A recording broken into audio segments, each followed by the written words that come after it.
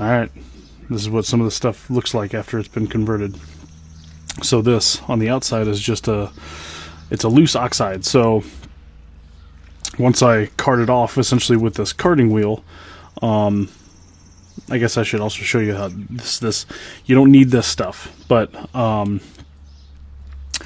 what this is it's a loose oxide that once you just kind of cart it off, not wire wheel, but carting it off, you know, under this is essentially the original finish of the gun. It doesn't look like it right now, but watch. Oh, I gotta turn it on. See? Look at this. Looks really gross.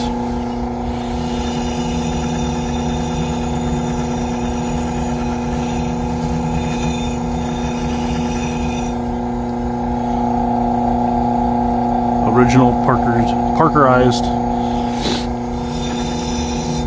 you know, from 1918, 1942. I don't know when this bottom metal was, you know, reinstalled, but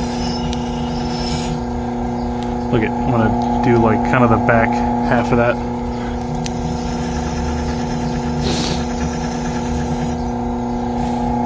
See, original Parkerized part. Now, if I don't know how much I can, you know, actually talk over this thing because I'm sure all the audio is getting picked up. So that's from probably the little colander thing that it was sitting in. I might have to boil this stuff again, just a second round.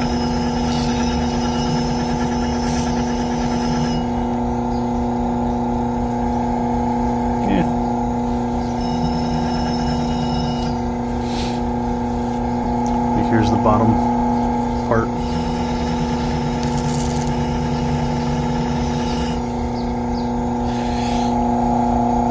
Like original Parkerized finish.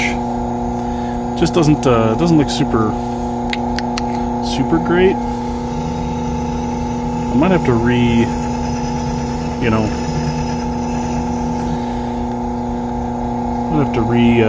reboil this stuff just because sometimes it doesn't get all of the converted, you know, all of the oxide on the metal. So I don't know, let's try something a little bit more drastic. Sometimes after you boil stuff, the rust can kind of self-protect itself. So after I card this off, it's gonna probably look okay, but when you feel it, it's going to have texture to it. There's still going to be rust under it. So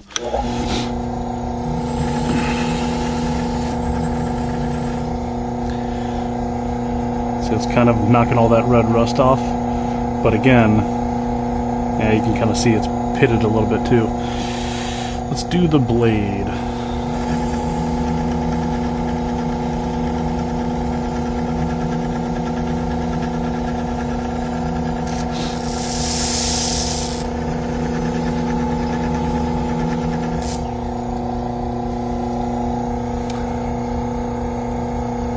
So this is converted oxide.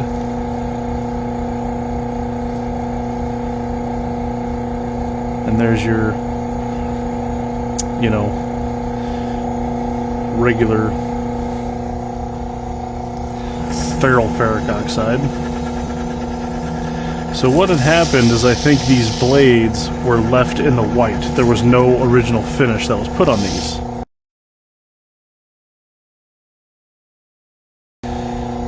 So this, naturally, what had happened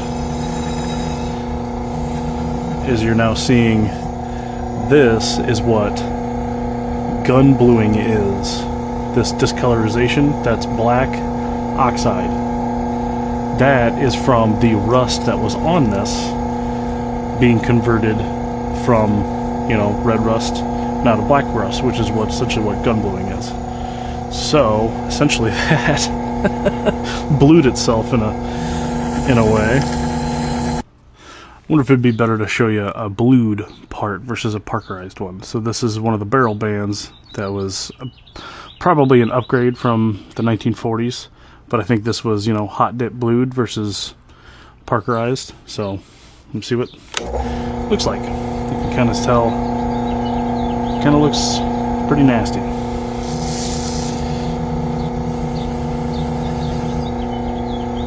And there is original 1940s gun bluing.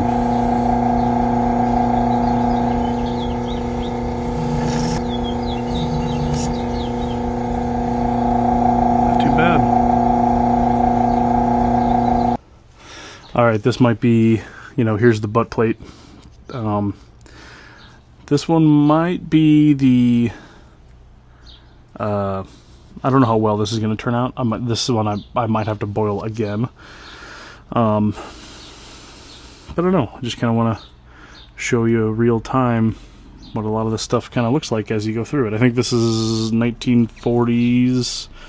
I think it's a Smith Corona butt plate, which oddly enough, this is like, these things go for like $80 a piece. Like just this freaking butt plate. Like, but it's only because they made, you know, like, I don't know, 1,000 of them or something like that. So these are actually kind of rare.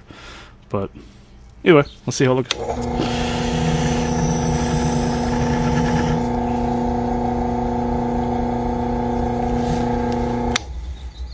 Like there's your top half, you know, that's been carded. And this is the bottom half that has not been carded. I wonder if I can do, let's do the half and half on this side.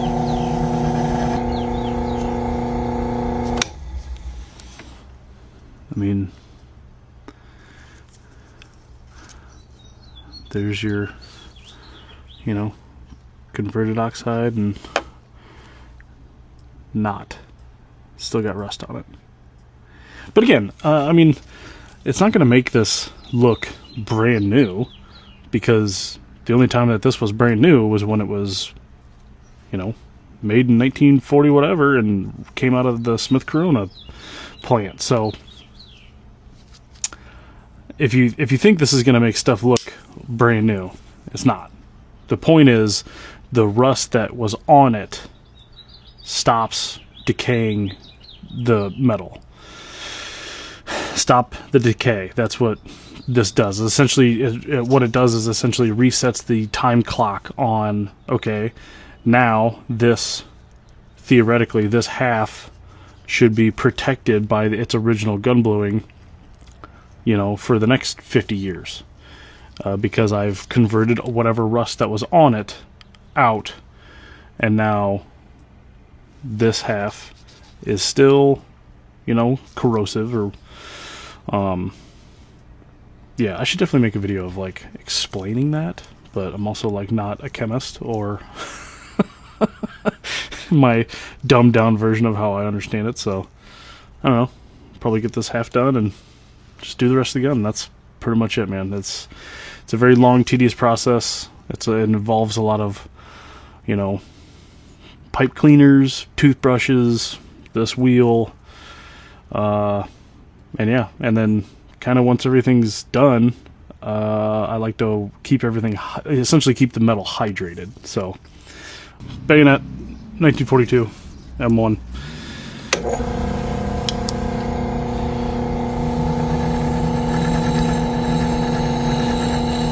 See how this sucker turns out. Oh yeah, that's a lot better.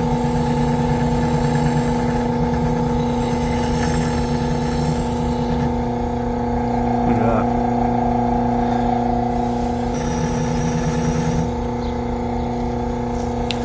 Essentially there's your converted side, and now your, you know, converted parkerized, but after conversion and carding, there's your you know, original finish with your any sort of red rust removed. And again, I feel like I should reiterate, this is not a wire wheel. This is a carding wheel. because if I were to do this with an actual, you know, steel head wire wheel, I could not do that with my hand and still maintain my latex gloves. There would be blood from doing that. So this thing is very soft. God damn, that turned out really nice.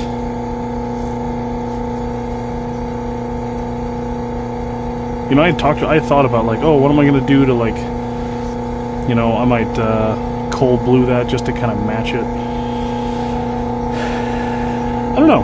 I don't know if it needs it. I probably will, just to try, you know, just to attempt at blending that, but holy crap, that looks really, that's probably the best thing that turned out of this whole deal. But I mean, I still got the entire rifle to go through, so